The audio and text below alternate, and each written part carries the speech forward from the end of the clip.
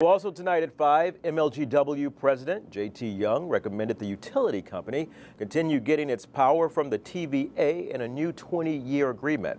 The cost?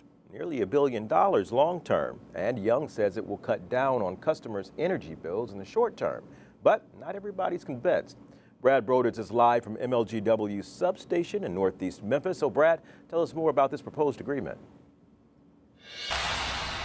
Well, Rudy, today MLGW President J.T. Young told his board and the public that staying with TVA would provide the greatest value and least risk for customers compared to those outside bids. Still, this recommendation requires both MLGW board and Memphis City Council approval, and some community advocates want more transparency moving forward.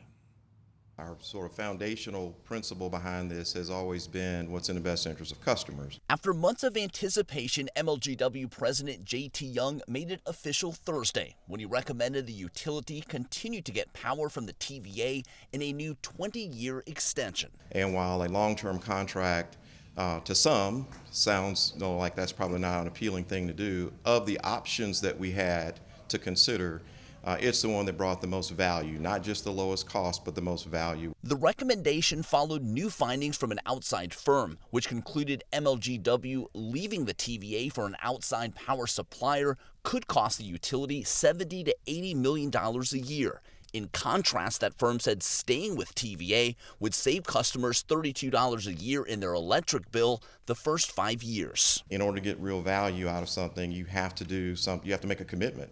And that's true just about in anything. Before Young's recommendation to stay with the TVA, more than a dozen speakers gave their thoughts to the MLGW board and weighed in afterwards. We really need to see what else was offered, what's available, how the Inflation Reduction Act might impact TVA's initial offer. Extending our relationship with TVA for 20 years without more information and clarity from them is not the right idea.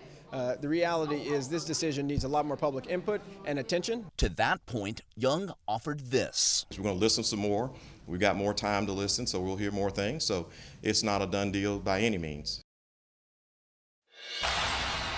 And following today's recommendation, the president of the TVA is expected to meet with MLGW leaders here in Memphis in the coming weeks. That TVA president is expected to lay out future services in that deal if it's approved, as well as other renewable energy options. Now, if you're an MLGW customer and you'd like to comment or ask questions about the next steps in this process, find out how on our website, abc24.com/now. Live in Northeast Memphis, I'm Brad Broders.